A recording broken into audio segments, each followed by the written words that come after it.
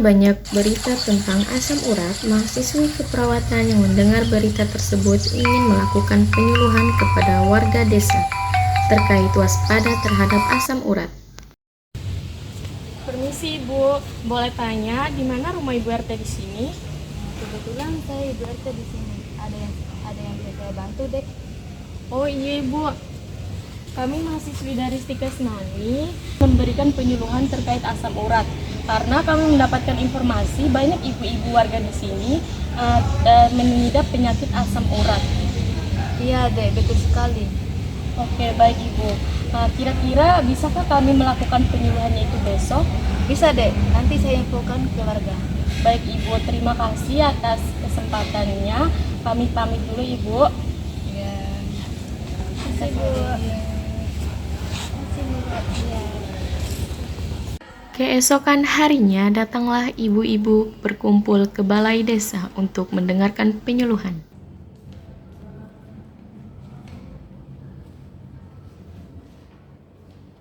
Assalamualaikum warahmatullahi wabarakatuh. Waalaikumsalam warahmatullahi wabarakatuh. Apa kabar hari ini, Ibu? Baik. Terima kasih saya ucapkan untuk hadirnya Ibu untuk mengikuti penyuluhan kami pada hari ini. Dan terima kasih juga kepada Ibu RT yang telah mengizinkan kami untuk melakukan penyuluhan di desa ini. Baik, sebelumnya saya perkenalkan diri dulu. Kami dari mahasiswa Stikes Nani Hasanuddin yang akan melaksanakan penyuluhan tentang asam urat. Nama saya Ika Puspitasari dan rekan saya bernama Husnul Fatimah. Baik, di sini apakah ibu-ibu sudah pernah mengalami asam urat? Kan saya pernah mengalami asam urat seperti pembengkakan dan nyeri sendi pada tangan dan kaki. Oke, ibu yang lain Belum tahu karena saya bekerja. Baik, selanjutnya kita akan melangkah ke penyuluhannya saja ya Ibu, supaya kita jelaskan dari awal sampai akhir. Baik, selanjutnya saya persilahkan kepada teman saya untuk melakukan penyuluhannya. Nah, jadi asam urat itu adalah kondisi yang dapat menyebabkan gejala nyeri yang tidak tertahankan seperti yang ibu-ibu bilang tadi, terdapat pembengkakan dan rasa panas di persendian. Meski semua sendi di tubuh bisa terkena asam urat, namun yang paling sering terserang adalah sendi jari tangan, lutut, pergelangan tangan dan juga jari kaki. Nah, apa saja penyebabnya? Penyebabnya yang pertama itu kelainan pada ginjal. Yang kedua, makanan yang mengandung purin tinggi seperti apa? Seperti melinjo, kacang-kacangan, dan juga jeroan. Penyebab ketiga, keturunan. Faktor keturunan juga itu menjadi penyebab asam urat. Jika ibu-ibu mempunyai keluarga yang terkena asam urat, bisa menjadi faktor risiko juga ibu-ibu juga terkena asam urat. Selanjutnya itu kegemukan. Kegemukan juga menjadi faktor penyebab asam urat, dan juga minum alkohol berlebihan. Nah, ini gambar sasaran terjadinya asam urat. Nah, di sini di persendian tulang belakang bisa terjadi juga di sendi panggul, di sendi lutut, di sendi kaki, dan juga sendi tangan. Disinilah terjadinya asam urat, pembengkakan, dan juga nyeri. Nah, selanjutnya itu tanda dan gejala. Tanda dan gejala si penderita asam urat ini, yang pertama si penderita itu mengalami demam. Yang kedua, terdapat tanda kemerahan pada sendi. Yang ketiga, nyeri pada persendian tangan dan juga pada sendi kaki. Yang keempat, bengkak pada persendian. Yang kelima, nyeri terjadi selama lebih kurang 24 jam.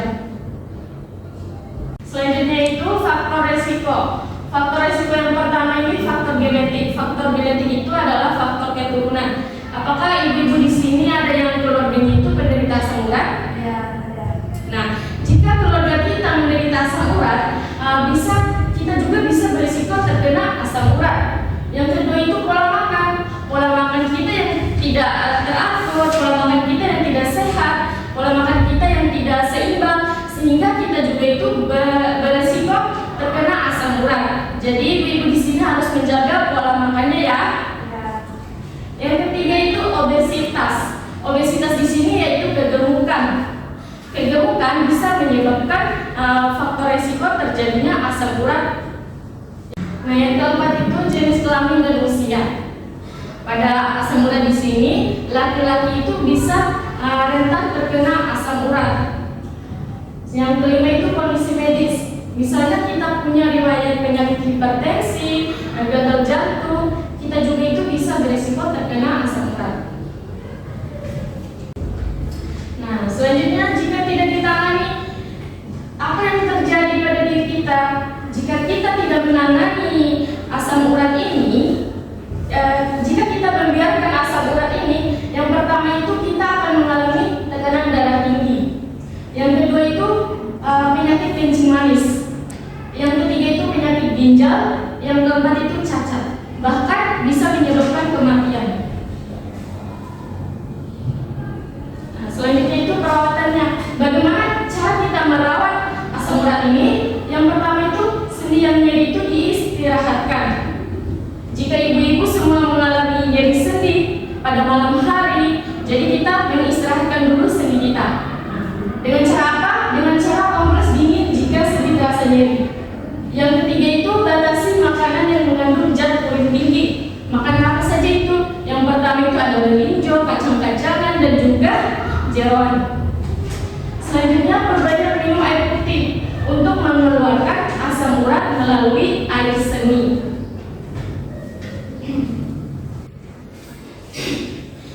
Nah, di sini ada obat tradisionalnya. Ini daun salam. Alat dan bahannya itu 10-15 lembar daun salam dengan 2 gelas air. Caranya itu ambil 10 lembar daun salam, cuci, lalu rebus semua dengan daun tersebut dengan 2 gelas air sampai tinggal 1 gelas. Diminum itu setengah gelas masing-masing pagi dan juga sore hari. Baik, itulah pemaparan materi dari teman saya terkait dengan penyuluhan asam urat. Apakah ibu-ibu sudah mengerti atau ada yang ingin ditanyakan? Silahkan majukan. Saya Ya, silakan. ingin bertanya, berapa normalnya kadar asam urat? Baik, normalnya kadar asam urat itu ibu pada laki-laki 3,4 sampai 7,0 mg per dl, sedangkan pada perempuan itu normalnya 2,4 sampai 6,0 mg per dl. Apakah ibu sudah mengerti?